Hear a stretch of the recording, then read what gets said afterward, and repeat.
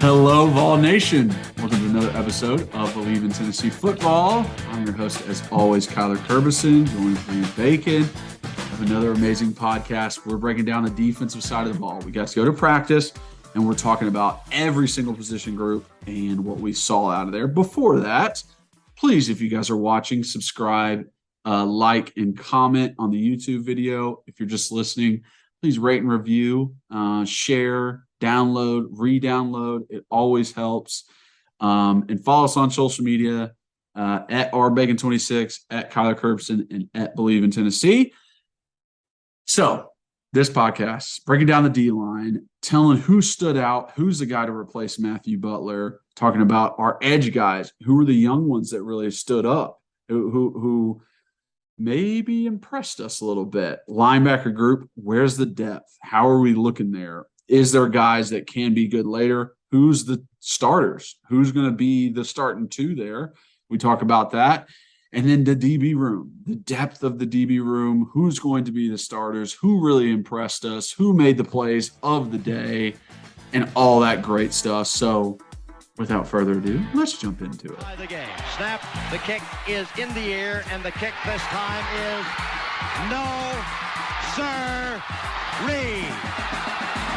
No, sir-ree. Final score, Tennessee 20, Florida 17. Pandemonium reigns. Loads up, fires long for the end zone. The pass is going to be caught by Tennessee. Tennessee wins! Caught it by Tennessee, Jawuan Jennings. Jennings makes the catch in the end zone on the Hail Mary. Down at the 35, to the 40, to the 45, to the 50, to the 45, to the 40, to the 35, 30, 25, 20, 15, 10, 5. What did he do? All he did was score. Joey Pence, touchdown on play number 1. All right, so before we get into the podcast, we got to shout out our number one sponsor, betonline.ag. You guys know I say it every podcast. It is the place to go for all your betting news and odds and sports, everything. This is the place, okay? With BetOnline, you get the most up-to-date fighting news. You get to bet on MLB games going on right now, NFL. I mean, you can bet on anything. Team total wins, division wins, individual players, all of it, okay? So now is the time to sign up. At BetOnline, you can sign up on your mobile device, or you can go online, get a 50% welcome bonus on your first deposit. Just use the promo code BELIEVE at checkout. That's BLEAV, and you get that 50% welcome bonus. So listen, y'all, please use that. Please go to BetOnline when you're doing all your sports betting. It makes things a lot more fun and a lot more interesting. And I always love them. They're the place to go. BetOnline, it's where the game starts. All right. Welcome in, everybody, to another amazing podcast. As you can tell, we're in the exact same thing because it's about 15 minutes after. Reed had to take a little potty break. But now we are talking about defensive side of the ball. I'll just go ahead and say it, and we can get out of the way, and then we can move into D-line. Reed, how we doing, bud? I'm doing great. Perfect. Now we'll move into the defensive line. I think this is a position group. I'm doing better after my potty break. Yeah, exactly. I think this is the one position group on defense that I myself can pay attention to more easily because offensive line, defensive line. And there were quite a few guys I was impressed with. The obvious ones of Roman Harrison, Byron Young, Tyler Barrett. Those guys are very impressive. I guess they're technically linebackers, but I almost see them as defensive ends. D-line, guys that stood out to me, Dejon Terry. I saw some sparks from Elijah. And I do think, like we said last podcast, Amari is one. He is the number one guy. He is the guy to step up in place of Matthew Butler, and I think he can do it. talking with some of the offensive line and figuring out like their side of it. The interior guys very much said like all of these guys are super powerful, but not all of them are quick twitch. So super strong defensive interior linemen, but it wouldn't say they're the quickest guys in the world. So that's an obvious thing where it's like, oh, that's what we need to get better at. If there is a lot of outside tosses and runs and they get reached and we have that issue later on in the season, we see that, we can go back to this and be like, makes sense. That center was able to reach that guy pretty easily, or that backside guard was able to reach our D tackle pretty easily. Trying to go through the list, some other guys. I mean, I saw some things from Garland. I wouldn't say like I'm like out of this world. It stinks. I didn't get to see Austin Lewis out there. He is nursing some kind of injury, but sure he'll be back. Tyree West, where were you, bud? That was my takeaway too, because I even saw someone commented and they want to know about him. And it's like, hey, this is put up or shut up. Like, what are we doing here? And didn't notice him. Like, if you don't really notice a guy, if he's not really popping off the screen, he's not making those tackles behind the line of scrimmage, he's not getting pressure on the quarterback, he's not beating guys in one-on-ones. It's like, all right, well, where are you, bud? So I did see him. I did notice him. I'm going to let you continue talking because you watched way more offensive defensive line than I did until a little bit later on, which they did basically everyone but offensive defensive line was doing special teams. Mm-hmm. And so that's when I made my way over and watched, and I got to watch some of the one-on-one 2v2 combos. And which I will admit, I was coaching up guys over there and wasn't always able to watch every rep. Right. There was conversation I was having Gerald Mincy with Dane Davis, with Jeremiah Crawford, with some of the tackles that maybe I did miss reps. So I will say that. Yeah. So for me, D-line, Elijah has been Elijah ever practice that I've seen. So now 4 straight times, like he probably looks a little bit better physically. I mean, they're saying not that he's sloppy. Yeah, but like he's still just a large man. Yep. So I guess he made the biggest jump for me. I thought he looked really good at spring, and so now he probably still looks the exact same he did at spring. So what I love about Elijah is that he is that like bulldog. He gives it everything he has. He's physical as all get out, but like sometimes that doesn't make the best defensive lineman. And I think, and I'm not knocking him, but what I'm explaining to you is if you all think back to what makes the best, especially interior defensive lineman, basically any defensive lineman at a major Power 5 school and in the NFL, they're all strong. But what makes the ones separate is their hands and their quickness with their hands and their feet. Yep. And that's what made Matthew Butler so good. Is like Matthew Butler had the size, but like he was so good with his hands and feet last year. And you know, I love watching D-line play, but like I love Jeffrey Simmons for the Titans. Like I was so happy when we got him.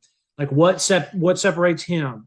Fletcher Cox, Cameron Hayward, Aaron Donald, Chris Jones. They're all not just big and strong, but they are really, really fast with their feet and their hands. And when I say really fast, I mean fast for their size. Because that's what really separates, like I said, like everyone's strong, but it's like, how quick can you use that strength and how can you use that? And so it's like, I thought that was really telling by one of the offensive line telling you that like, hey, everyone in the middle is really strong. I think the reason DeJoun Terry stood out to us today is because he did have those quick hands and some nice swing moves and stuff like that. Yeah, there was plays where like he wasn't necessarily making the tackle, but he's disrupting the course of the running back. He's making it to where linebackers can come and make, and that's what you want out of defensive linemen. It's not always about them shining and them making the tackle, but hey, did you mess up that double team? Right.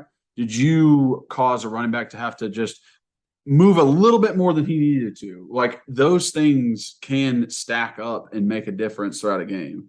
Right. It's funny because for whatever reason, now today when I was watching the 2v2 combos, I got to really take a lot in. But a lot of times for me, like I have an easier time really breaking down what I'm seeing when I'm actually watching a game for offensive defensive line.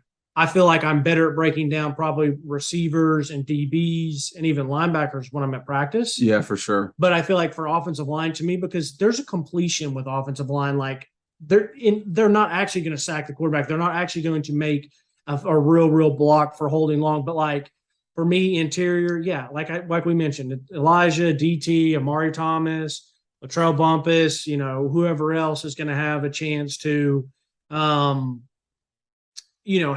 a chance to be that rotation. Yeah. I did like what I saw from Tyree West. Like, I think he is that guy that has that good speed, hand, power, quickness kind of combo. And he already looks like, for a freshman, like he does already look like a guy that could potentially help with giving some reps and depth. So it was good to see him. Same thing with Jordan Phillips. There's a couple of times where the two freshmen got to go together with Jordan Phillips and Tyree West.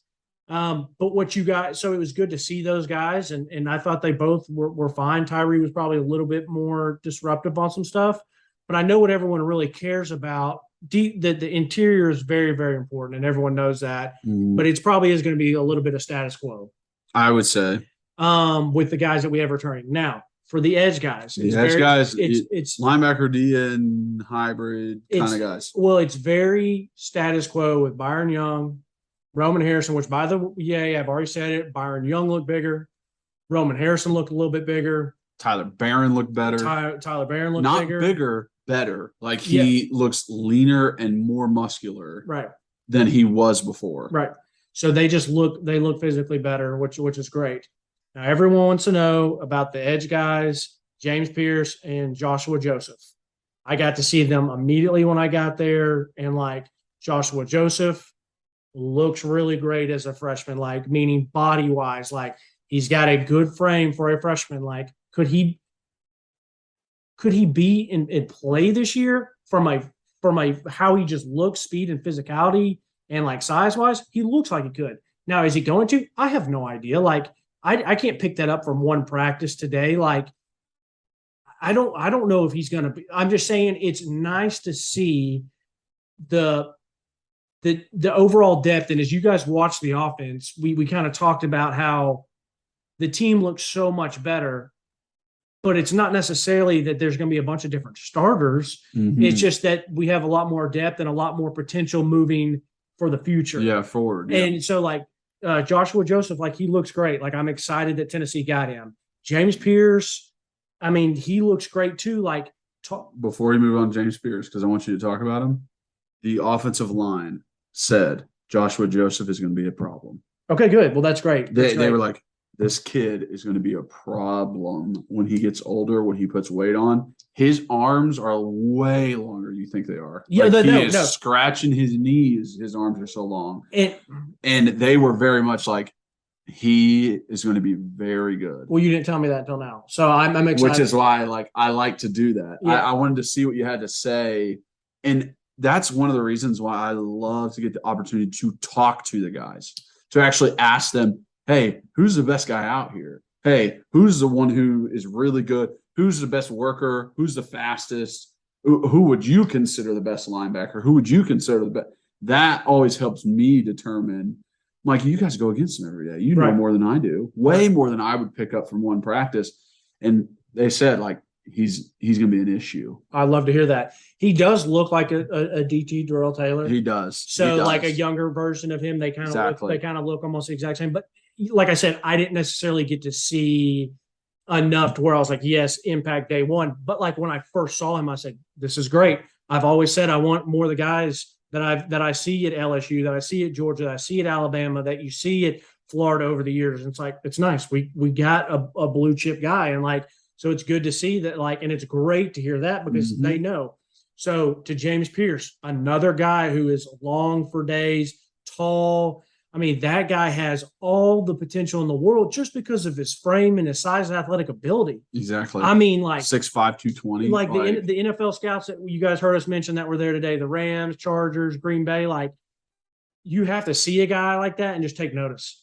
Because if he does put on weight, because he could get to what's he listed at now? 220, 230? 220. So if he's 220 now, he could get to 250, 255 and still be lean. Yeah, it's like I wonder what 27 is going to look like next year. Like as a scout, you're like, oh, that guy looks like he's got a frame on him. Yes. So, and what I loved is when I was watching the 2v2, and I loved it. I felt like Tyree West, Jordan Phillips, Joshua Joseph, and James Pierce, because I was kind of on that side where it was more the younger guys.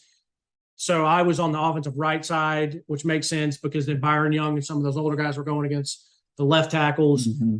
But I loved how they all were like working and trying to coach each other up and help each other out. Like it just seemed like they were always talking.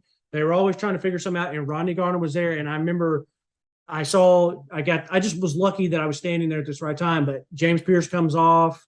Rodney Garner's like, you got to be more vertical. And what he means by that is take your path and get to the quarterback. Don't be trying to do this bananing around and this isn't high school anymore type crap. He didn't say that, but I'm saying that's what he means. Like, this isn't high school where you're just going to loop around him. There will be times like that, but he said, once you make your move, get vertical. So the very next time I was like, okay, James Pierce coming up in this 2v2. I want to see what he does. Mm-hmm. And dang it, he took one step and made his move and got vertical. And Rodney Garner was like, that's what the hell I'm talking about. Like, good, he good probably play. was there for the sack too. Right. And so, no, yeah, it was a great play. They did exactly what, and I love to see Rodney was like, absolutely great, like great rep. So it was good, but like, man, it is awesome to have edge guys. Like, it was great because I'm very excited when Byron Young's gone and, you know, Roman Harris and stuff. And then, you know, you keep recruiting. We got 2 dogs coming in next year, and that's going to be James Pierce and Joshua Joseph are a year older. Yep. So it's just like you just keep that revolving door, and it's just nice to see Davion and then Herring, both of those guys. And so it's just good to see that for freshmen that those guys are not like, yeah, I could see them, you know, maybe doing something as a junior and senior. It's like, no, these guys are going to be problems. Yeah. So they're going to be issues for offensive line we go against. Like, that's perfect. And I thought they were all good workers too. Like, I thought they were there. Like, I honestly thought like basically the entire team that I could really notice was like all working hard and really getting after it. Like, the only people that like just kind of like weirdly stood out in a couple of things that I'm just kind of like, what's going on here was like Jalen Hyatt and Miles Campbell. And it's just kind of like, it just, I don't know, like it just was a weird vibe or whatever. And I'm not saying they weren't practicing hard, so don't take that at all. But everyone else is just like, it's just nice to see they're not like, hey, let's just get through this. Like, they, you know, it's camp. It sucks. Yeah. We've been there. Like, I remember, it sucks. Yeah. I remember being there and I'm just like, if I roll an ankle right now, like, thanks Lord, like, cause I'm ready, but like, you're just trying to get through it instead of getting better. But I feel like, and you know, obviously these guys are much better caliber athletes than I ever was. So it's like awesome to see that's like, okay, we're here, we're going to work, we're going to get better. So yeah, D-line, edge guys I'm really excited about. And then, like I said, interior, I would like to have maybe one more guy step up that like gets to Amari's level. Well, that like I want a Latrell Bumpus or like a Byron Eason to be able to give it's really because they came in with such high expectations, both of them, and it's like, where are you? Everyone's waiting for you to be that guy, to be the one who helps this team, and they just haven't done it. Yeah, Byron Eason's still younger. I mean, he's a redshirt sophomore, so he's younger, meaning he's got plenty of years if he can play. But like, he's an older guy in the 3 years in, right? So it's like, so it's like, let's hopefully see some of him. And I got to give this kid a shout out because I noticed him a couple times. I didn't know who he was, but so it was Jason Jenkins, that guy that they added super late from New Jersey, and we were both like, what the fuck is this? Like, the highlights were nothing, but like, he's a good sized kid out there. Like, they have him listed at 6'6", 280. Like, I noticed him multiple times, like good efforts, like whatever. Like, once again, not saying that he's going to help this year at all, but I'm saying like, at least I noticed him and like, yeah, like good frame, good athlete, good moving, still got good size put on. And I was like, is that him? And it was. And I was like, dang, like I remember seeing his highlight film and being like, this guy's trash, but like, not trash, but like not good compared to some of the other highlights we've seen. But like watching him out there, like I was like happy with what I saw for him. So held his own, like exactly what you said in the offense. Like for a third string guy, you're like, okay, yeah, that's pretty good. Right. Like you're comparing him as a third string guy, not as against the first strings. So I saw Dominic Bailey too. So number 90, redshirt sophomore, he's a junior, 6'3", 270. I thought that he did. I thought he did fine in some of the stuff that I saw, and some of the reps that I saw. So, but yeah, it was exciting to see those edge guys. It really, really was for depth purposes. Yeah, dude, I'm telling you, and this can kind of be a transition into the linebacker, but they had a 2-minute drill at the end of practice, and the defensive line that was in there was Amari Thomas, was Tyler Barron, was Byron Young and Roman Harrison. Byron and Roman at D end, Tyler Barron and Amari Thomas at D tackle. And that's scary. Mm-hmm. I mean, as a guard going against a defensive end that's pretty big and Tyler Barron, and then you got on that same side Byron Young. So them running games, twists, all that kind of stuff, that'll mess you up. Yeah. So I just love that wrinkle into the defense of like, hey, it's 2 minutes. They got to go score. Let's throw our rushers out there, and they're going to eat on some offensive line this year, which I'm very excited about. I love that. I do think Tyler Barron is a good enough size guy that he can hold his own in that middle. Because I mean, listen, it is a passing down, but you just can't give up these lanes or put someone in a D tackle. It's not going to be and for everyone's concern of a running quarterback, right? It's Tyler Barron at defensive end is at 3 technique. So it's like he is in the interior where everyone was running before, right up the middle. It's you got a guy who's usually an end playing at D tackle compared to having Elijah Simmons and they're trying to chase someone down. Yeah, exactly. So, but anyways, I'm very excited to talk linebackers. So first off, I had not heard much. We had not really heard anything really about Jawuan Mitchell. Nothing. But like nobody mentioned him. But I'm telling you right now, I wasn't even sure if he was back from injury. Right. I'm going to say this right now. So we got to, because we were going in, we're at towards the end of practice, or at the end of practice as we were leaving, like we went in and grabbed some waters and Gatorades in the little, right there in the nutrition bar. And so Jawuan Mitchell was walking through. And Reed went over there and hugged on him. Not true. No, I did not hug. Only person that I hugged and dapped up today were our guys, Jacob Warren, Jerome Carr. Yeah. But I saw Jawuan. I said, hey, like, how you feeling? Like, how's how you folding the cam? He said, man, I feel great. I said, well, I loved the energy and kind of that, the energy and the pop that you and Jeremy brought. And he said, always, baby, like, got to do it. And like, I was like, best of health, best of luck. He said, hey, I appreciate it. And like, he looked good. He did. I'm gonna tell you right now. He's got like his body looked good. Jeremy Banks, and Jawuan Mitchell both looked bigger this year. Yeah. I'm 110%. They look a hell of a lot better this year than they did. I'm just talking size, speed. Like if I had not, Jeremy looked leaner too. I thought Jeremy looked great. Yeah. And I loved how Jeremy and Jawuan were flying around. They were feeding off of each other. They were feeding off each other so well. Yes, they were feeding off each other. They were just they were doing what middle linebackers and linebackers need to do. Keep that energy, get the energy for the whole defense, get guys in line. And like, I just loved it. And like, I'm saying both of their names, but like Aaron Beasley, like I wish I would have been able to say Aaron Beasley. I showed up and he looks bigger. He looks pretty much the same. Yeah. He looks like he's maybe he's maybe a slight bit thicker, but like he looks the same. Like I don't see, but Aaron Beasley was playing a lot today. Like I still feel like they might rotate. I feel like it's still status quo at linebacker. Everybody's wanting to know about some of these other people. Like you're still going to have Jeremy Banks balling out. You're still going to have Jawuan Mitchell in there. You're going to have Aaron Beasley. You're going to have Solon Page, and that's fine. Like, it's another year of them and keep them healthy. Like we didn't get to see Jawuan Mitchell a lot, but it was just great to see the difference in the bodies because like I said, I saw Jeremy Banks last year and I was like, yeah, he's okay. He's good size. I see him this year. I'm like, he looks like he looks like the SEC linebacker that I want. Jawuan Mitchell walking right next to him looks like an SEC linebacker that I want. Yep.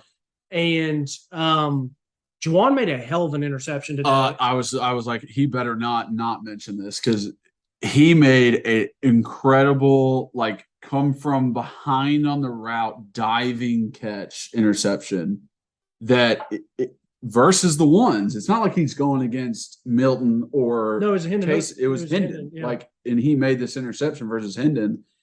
And I always thought, like, okay, Jawuan seems as more a smaller, quote unquote, coverage linebacker. Like, that's his strong suit. He's not 250. And to see him actually just do it, like, really good coverage, and then be able to make it a very athletic, incredible play. And it's not like, hey, we're in helmets, we're in full pads. Right. Yeah. And honestly, the three best catches of the day was one by Jawuan Mitchell at the interception. The other one was the Ramel Keaton one that I said one-on-ones, and then probably Caleb Webb, that he had the one that was like kind of across the middle that he kind of had to dive for in team. Yeah. But so those are probably three. So the fact that our middle linebacker had one of the better catches today was I guess you could say awesome or bad, but but no, we did say they dropped a few on the but yeah, it was just great to see that they look good, they look healthy, they look physically great. So it was awesome. I mean, and like I said, they look better. They look the part. Not to say that they didn't look the part last year. I just think they look even more the part. Yeah. Now, freshman. Yes. So once again, I thought he was very productive in high school. I didn't necessarily maybe love his physical attributes or like maybe his speed, but like Elijah Herring. Mm-hmm. Is that Elijah's the one that's here now? Yes. What's who's his brother that's coming next year? Because I don't want to mix him up. I should know. He DM'd me. Caleb. Yeah, Caleb. Yep. So I loved what I saw. Again, remember I said in spring, I was like, I just want to have the names here because it's good to refer back to. So yeah, Elijah Herring. I saw him in spring. I was like, dang, like he looks pretty good. Like he's a good sized kid for a freshman. Like looks rocked up, looks good, solid. I see him again today, and I'm like, looks good. Like had some nice plays, moved pretty well.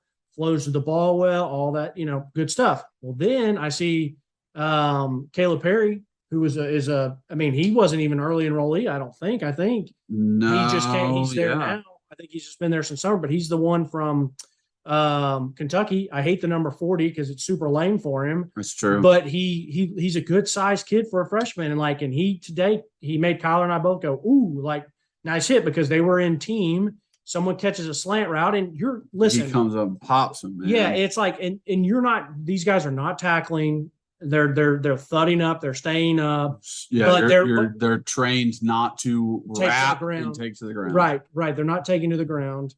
And by the way, I forgot to say this on one of the one-on-ones where Cedric Tillman had beat someone deep.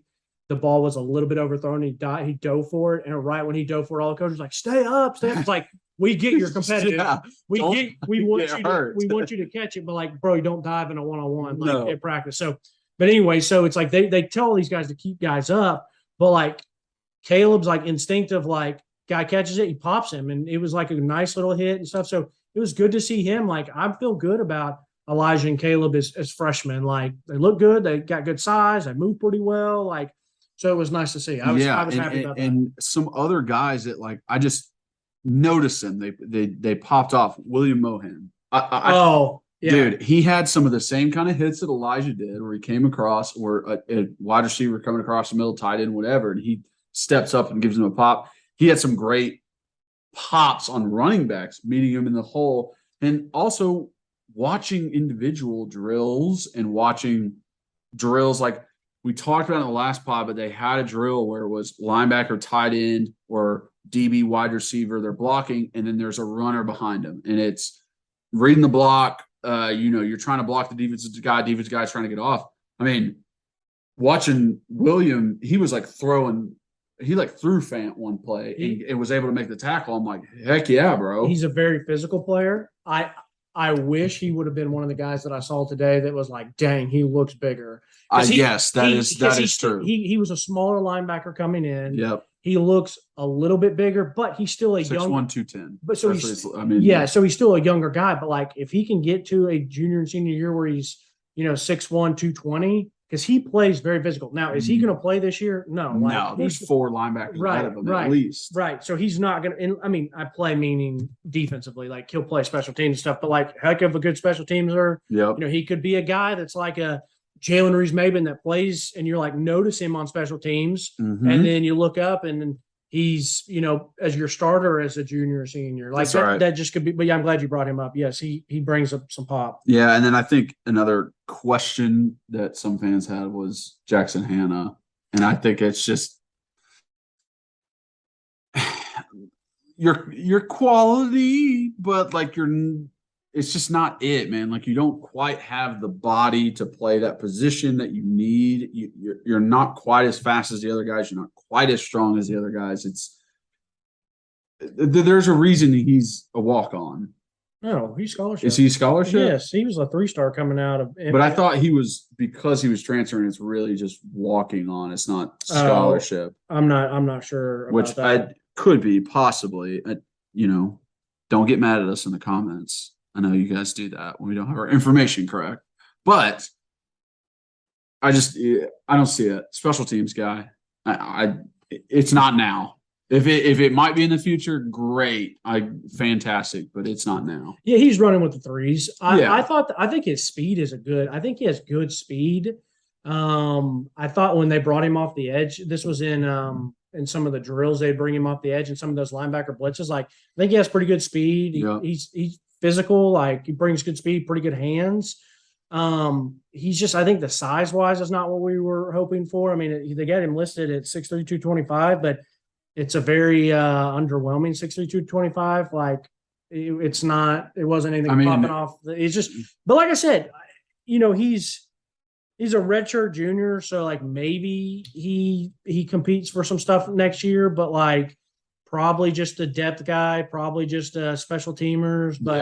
But yeah, I don't see him unseating any of the 4 guys that are already there. No, I don't either. I think those guys are pretty much solidified where they're at. So, and bro, the linebacker core and the absolute travesty that it was when we first went to practice after Perot left, and to now, these guys are like, they're scary looking. That's what you want on defense. You want the offense to look over and go, that's a scary looking MFer right there. I mean, Kurt Magette was a scary looking dude. Derek Barnett was a scary looking dude. AJ Johnson was a scary looking dude.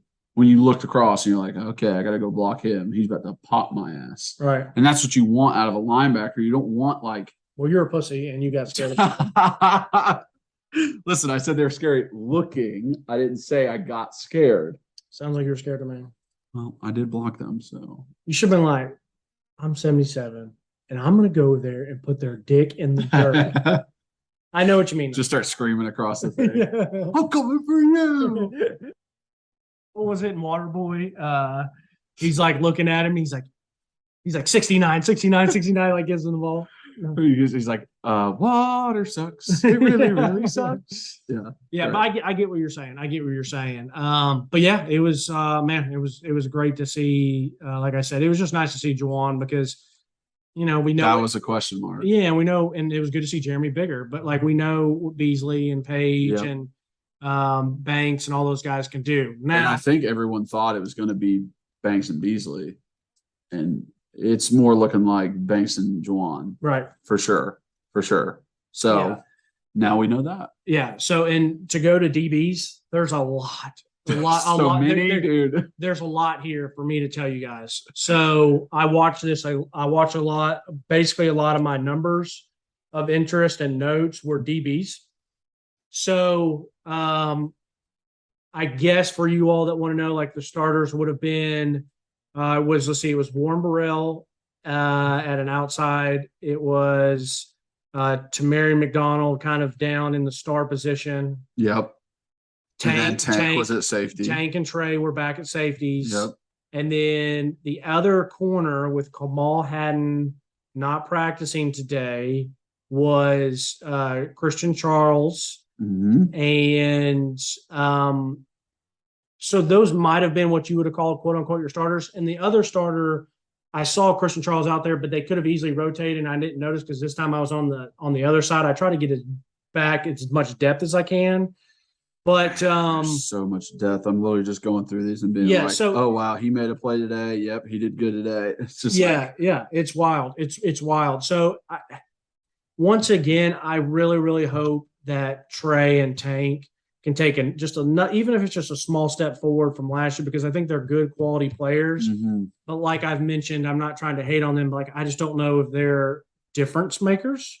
They make some plays, but can they make difference maker plays multiple times? How would you compare them to possibly previous Tennessee players that you've seen before? Yeah, instead of doing that, obviously, let's just for fun. Not even that, just any player, right, that someone would know. Yeah, I love Madden, and we all know Eric Berry's great. So we'll say if when Eric Berry was at UT for college, the guy's like a 98, 99. So he was in Madden, he was great.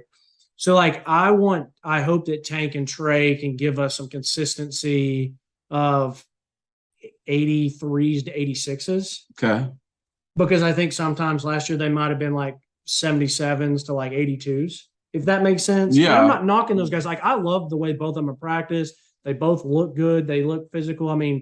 Tank's always looked pretty good, but Trey is probably a little bit thicker and bigger than he was last year. But I'm not knocking those guys. I love how they compete, how hard they practice, all that stuff. But they are still back there. And it's as a DB coach, I get why they're back there.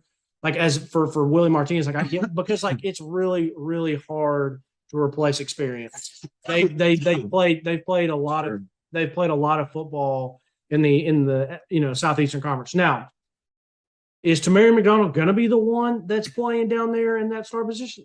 I don't know. It was today's one practice. They could have just been trying him out there today. That's true. And so, but I did see Wesley Walker, Georgia Tech kid. I liked what I saw from him a lot. They had him playing the star position. I think he looks like a good athlete, got some nice swag about him, got some nice.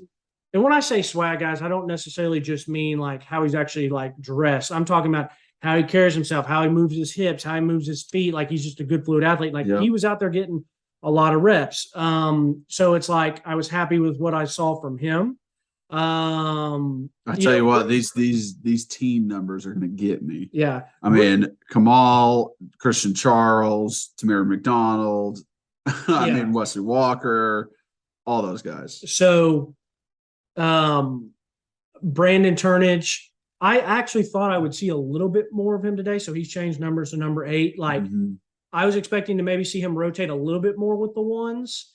Because I still think that he's a good player and got some good potential. Obviously he stepped in last year and had a good statistic game. Yeah. Which I think statistic game, when you're that money, that star position, it's easier to have, like we mentioned on last year's pods. Yeah. But I know everyone wanted to know about Turning Time from Ohio State and Nashville. Mm-hmm. Kid's a young kid already, but he still looks young. Yeah, he's 175, 6 foot 175. But what I was saying is I think I'm pulling it up here just so I'm right. Yeah. So he's a redshirt freshman. So, but what I say is he's a good looking athlete, he's a good looking kid, but is he going to play and help right away now? I don't necessarily know that, but when you hear reports that are saying that he might, he's got a chance to be a pretty good player.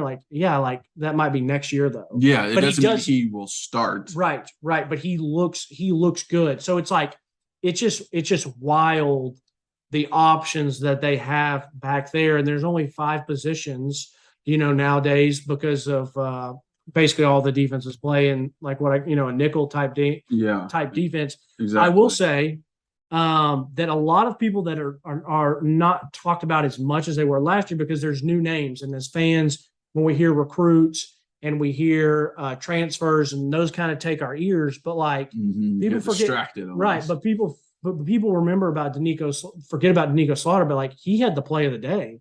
He finished practice. He ended practice, and he looks like a good athlete. How he moves around, the swag that he carries himself with, all that stuff. I think it's very impressive. And so I just haven't heard much talk about him lately. And he was running with the 2s, yep, but he was in the star position. Yep. It's so the ones could be an easy rotation into the star to give McDonald just a break in the game. You know what I mean? It's not even it has to be this guy plays the entire game, because what happened to us last year? Fourth quarters, end of games, everyone's tired. There's no depth. Now we have guys. I'm saying even if Tamarion McDonald is the starter, we don't know if he's a starter. It was just one practice that we saw today. Was he running with the ones? Yes. But like they rotate because they'll bring in the ones and then they'll run the 2s and 3s. And if they go back to the ones again, like sometimes they flop D-line and linebacker. Yeah. Yeah. So it's like you never know. But like, so the ones versus ones today did the 2-minute drill to end practice. And I think the ones got a field goal out of it. Now the twos go up, they meet, they're getting ready. Joe Milton's get back there, everyone's lining up. First play, Danico Slaughter picks it off, house calls it, and goes the distance. And I think one of my favorite things I saw all day, besides how awesome that was, to get the pick six, run the end zone, badass, the very badass movie, the whole defense. But the first person. Obviously, because he was behind the offense watching, but the first person to meet Danico Slaughter in the end zone was Coach Heupel. Yeah. And he's an offensive coach. Yeah. He's an offensive coach. To support the offense. Yeah, he's an offensive coach. He is the head coach, but like he ran and was all fired up and like chest bumped Danico and like everybody went bananas. And that literally ended practice. And so it was awesome to see Danico do that and to have that moment. Another play that stood out to me, which every time I've gone to practice, like this guy has made at least one play or something that I'm like, oh, wow, like nice play, nice pop, nice whatever, but was Romello Edwards. And, he's a redshirt senior. It's like he's been around. So it's like I hate that maybe he's not going to get a chance to maybe start or maybe not play as much. But like every time I'm there, whether it's how he conducts himself, how he competes, whatever, but like today, one-on-ones, he didn't necessarily get beat because he's one-on-one. He's at 5 yards and a guy runs a BS slant route. Like anybody can, any of us DBs can get beat if we're 5 yards of depth and a guy steps in and runs 2 steps. It slants. He maybe wins the route, but if I tackle him for a 2-yard gain, like as a DB, I'm like, throw all the 2-yard routes you want because we're going to make the tackle. Yeah, exactly. So, but what happened is guy runs, and I don't know what receiver it was, runs a 2-step slant in, catches it. Romello's right there on it. He could have blasted him or made the tackle. And what's he do? He peanut punches the ball out.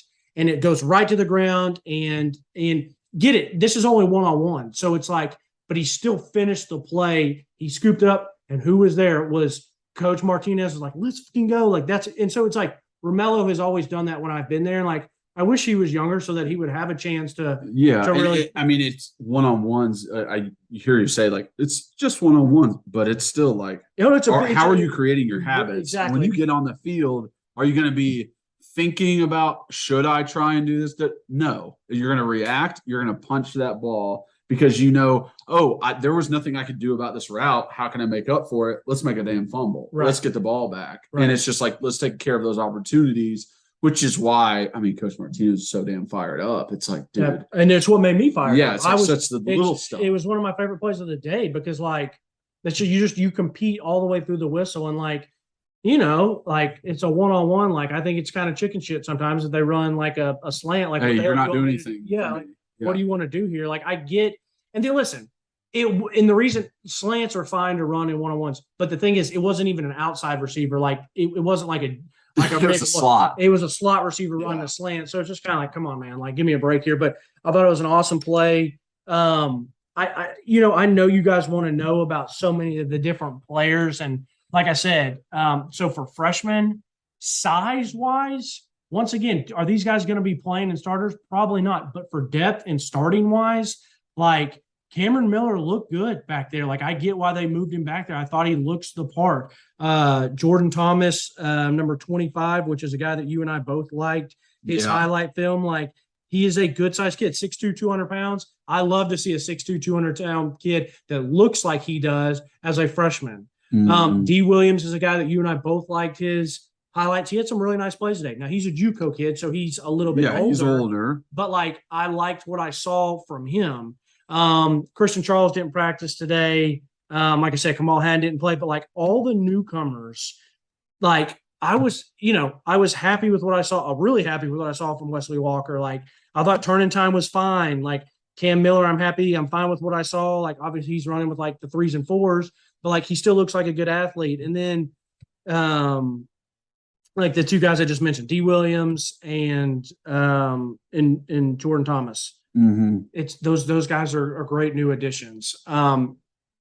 when I just look at the team and I look at the defensive backfield, I look at the linebackers, I look at whatever, like, I'm like, okay, good. It's not just 3 or 4 or 5 guys, 6 guys, and then you can tell the walk-ons. Like, I finally feel like we are starting to have some of these blue chip guys size-wise and probably speed-wise. So that's what's been nice to see. I still think the DBs are going to be a lot of same names as last year. But, you know, I mean, it's just – I think for me, the only one I'm really excited about is to see who the star position is and probably who's the second outside guy. Because I think Warren Burrell is going to be the starter. Yeah. He's played a lot of ball. And, he's impressed what he's played. So Tank and Trey, they're going to be back there unless one of them moves up. And then, like I said, Tamari McDonald, like, if he's the one that starts there, or maybe the Wesley Walker, like, I'll be interested to see who starts at star and then who starts opposite of corner besides Warren Burrell. Yeah, and that's the thing too, dude. Let's like you really like go through the list of guys and you're like, okay, who starts on the other side? Is it Brandon Turnage? Maybe. Is it Kamal Hayden? Maybe. See, I would probably bet Kamal Hayden. I would too. I mean, is it there's just so many guys in that field. Is it the transfers? Like, will they be able to step up? Right. It's just there's so many guys in the DB room. It's a great Willie problem Martinez has just a plethora of guys he can throw in there. Yeah. And listen, I think probably early you'll probably see what we saw last year against Bowling Green, where they're going to rotate and give a lot of these guys some quality snaps. Yeah, and those first games were, hey, we understand we're going to win this game. Right. We know this. You know, you might not want to say that to people, but you understand that you're going to win. It's like, all right, what can we work on? What can we get better at? Right. So that we are ready for Florida, Georgia, Bama. Yeah. Later on in the season. Yeah. So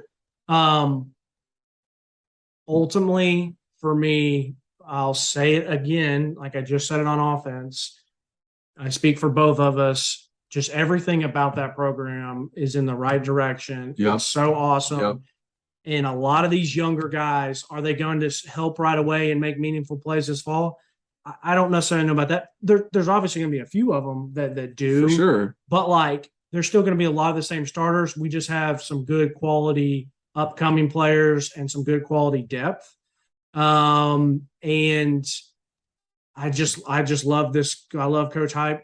He said what he did what he said he was going to do. He got guys in here. Yeah, that's the first thing he said. And he still all the time. And he still has to continue to do it. Yes, he does. You know, we still got to get some blue chip offensive linemen in there. We still got to get some more defensive tackles in there. Like, there's still some of these guys that we got to continue. Like, but I just trust these guys on game day.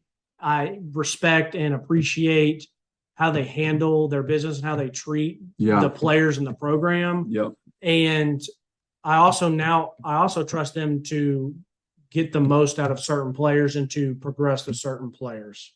So I just wanted to reiterate that. So if someone didn't catch the offense, they catch defense. Yeah. Now I'll leave it because you're seeing the progression as it goes. I will stop talking now. The last thing I'll say before, and I'll let you kind of close us out, but I want to hear your opinion too, is like, only thing that we really don't know, and it's a big facet of the game, is like, I think we'll be good on kick return and punt and punt return and punt return, but like, I don't know what I'm going to see from our kicker. Like, I'm still not sold on, the kickers just frustrate me, man. Like, just to give you guys an example, so when they were doing the 2v2 offense, so that you have the entire offensive line, entire defensive line, but then this side goes 2v2, this side goes 2v2. Well, we're right up under the uprights, and the kickers are kicking towards this. And what happens? He dings the upright, and then it flies into the drill. And I'm like, bro, there's like 7 other, like, what are we doing here? But then when we go to team, there's no one on that field anymore. But he's standing over there, like, jumping around, like, just talking. And, like, I'm like, it's from a funny YouTube video that my buddies and I always talk about. It was this guy that got pissed when we lost to Alabama back in it was when we lost to Alabama in 2009. It's a very funny video. I'll show it to you. And the guy is a UT fan filming himself. And he's like, this game's going to come down to Lincoln. And then it shows Lincoln over on the sideline. And he's like, trying to get ready. And the fan's like, yeah, you better put your freaking helmet on. And so I turned around. I thought that I'm like, go practice, like, go kick. Yeah. Like, what are we doing here? Like, but it also was like, why is he kicking where the ball could potentially hit one of the. So, anyways, but and my other thing is not a shot at the media. Like these guys, they work hard. They put in a lot of time. Look, a lot of research, a lot of effort into that stuff. We are not willing to do what they are doing, the amount of work they put into it. Obviously, it's their full-time job. Right. I'm just going to give an example, though. Like, we met with Spire today at 8:00. So we should – and Scott Altizer said practice starts at 9:15. So I told Kyle, I was like, let's get there at 9. Well, the meeting ran over a little bit. So we get there, and it's like we see them closing the big gate after letting the media in. Yep. And by the time, like, Kyle and I get in and I go to the bathroom, whatever, the media is leaving. Like they were literally just watching warm-ups. And I say this all the time to you all. Yeah. Because it's like you have to take what they are told with a grain of salt or what they say with a grain of salt because they're not watching all of practice. Now, Eric Ainge was there. Like he watched practice. Like he was there. So he has his own radio show. Like I don't know how intently he was watching some things. There's a lot of times I don't know how long he stayed. I didn't see him after the first 10, 15 minutes. Right. But it's like I think he gets talking to a lot of people. Yeah. I don't know how much intently he's watching, but obviously he knows the game of football and he's media, but like some of these other beat writers and other stuff, like they get their little video clips, they post it up. And a lot of the times they're like, yeah, this guy's really doing this and this guy's doing that. Like you got to think that maybe sometimes it's the coaches that are telling them what they want and coaches use media to motivate players. Yeah. So all this different hype and stuff that you hear about like certain players, like, I mean, if you look at Twitter now or hear some things like people think Squirrel White is about to be like, Tyreek Hill. Right. Exactly. Or they like, they're acting like Jalen Hyatt is just going to be this way bigger, way more mature player, like all this and all that. I'm like, I don't know how they're seeing that stuff. Maybe the coaches are just saying that to try to help build confidence. I don't know, but like it literally cracked me up. And I never video film. I didn't even take a picture today. Like I didn't video, but it was funny because I was going to video the media walking out because practice hadn't started yet. And some guy, I have no idea who it was. I don't know if you know. Yeah, no, I don't know. He was like just probably a random person that works with the program. Yeah, it wasn't a coach. It wasn't even like a football ops guy. He's like, hey, there's no videos to be taken. I was like, hey, it's all good. And it was funny because I was videoing the media walking out. Video in the practice. Yeah. So, but anyways, that's I just, take everything you guys with a grain of salt. I'm not saying that we know everything. Listen, we get to only go to one practice. Like that's true. That's all we get to do. But I'm just saying, like, just be cautious of what you hear and what you read and all that. Now, Kyler, as the Evolve for Life, you talked to Danny White today. You talked to Coach Heupel today. I did. I mean, everything that you saw, just wrap us up. Beautiful. I mean, Reed has reiterated both podcasts, like the confidence you have in this team and the coaches, especially because these guys didn't get better overnight. They didn't get better by themselves. All these players got better because of the coaching. The strength coach that gets all that weight on them, the nutritionist that helps them get bigger and stronger and faster, and that helps guys lose weight also. The coaching staff that helps them with their technique, with their pad levels, everything has made this team so much better. And that's what makes me feel good. It's not that it's not necessarily the guys' attitude towards getting better themselves. It's the fact that the coaches were able to do this because it looked abysmal. It looked like there's no shot when we went to that first spring practice the year before last. It's like the growth that the coaches have put into these players is incredible. So that makes me feel so good. Again, I'm going to tell this. The way this practice ended is my favorite part about this practice. Danico Slaughter gets a pick six during 2-minute drill. Picks off Joe Milton first play. The defense is hyped. They're all around there. Coach Heupel gets in on it, and it's beautiful. They end practice. They get together. Heupel says his stuff. Hey, break it down. Immediately, Byron Young stands up. There was a fight early in practice, including Byron Young. He apologizes. He says, I'm sorry. I let the team down. I shouldn't have done that. No one had to tell Byron to say that. He did it himself. He's another one of those guys like Jerome and Jacob and some of these guys that I've just got to know a little bit through this stuff.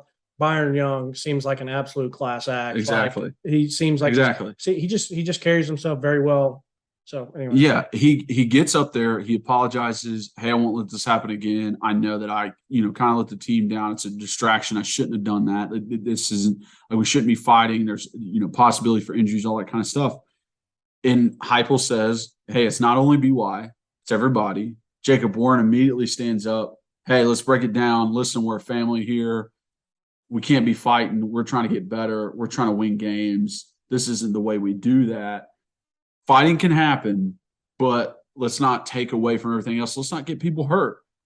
And the maturity of that.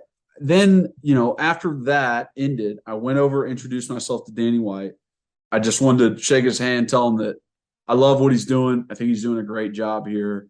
And just introduce myself. That was pretty much it. And then saw Heupel again, said what's up to him, was like, hey, I love it. I love the way practice just ended. That was the best part about it. And he was like, yeah, we can't be having fights. I was like, listen, when I was here, if there was a fight in the field, it was getting taken care of in the locker room, which is not a good thing. Fights were breaking out in the locker room because people didn't want to throw punches with helmets on. They're like, let me get your helmet off. Let me actually fight you. And that's just unhealthy way to view it. And I told him, man, I was like, listen, from where you came to where you are now and that maturity that just showed up, that's not just there. It has to be taught. It has to be reiterated. It has to be an example. And obviously these coaches have done that. To make those guys step up and be self-aware and not be toxic to this team is incredible. It's incredible to see. We absolutely love this practice. I'm so glad it was an actual practice and not a scrimmage. We were able to see more that way. And I am even more excited for this season. I cannot wait to see their growth, to see what they can do. And I truly believe we will be a better team, a more competitive team, and give the Bamas and the Georgias a run for their money. I'm not going to say we're going to beat them, but they're going to be nervous. Those guys are going to be a little bit nervous.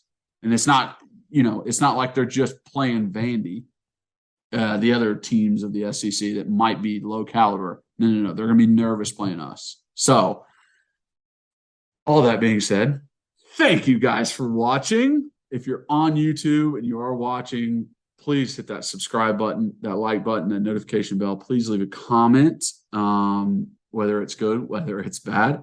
It's all great to us. And ask questions. We love answering the questions in that comment section. Hopefully, we were able to answer all of your questions through both of these podcasts. If we were not, please reach out to us again if we didn't get to any of that, and we'll make sure and do it. If you want to follow us on social media, it's at Believe in Tennessee for our main account, at rbacon26 to read, at Kyler Curbison for all of mine.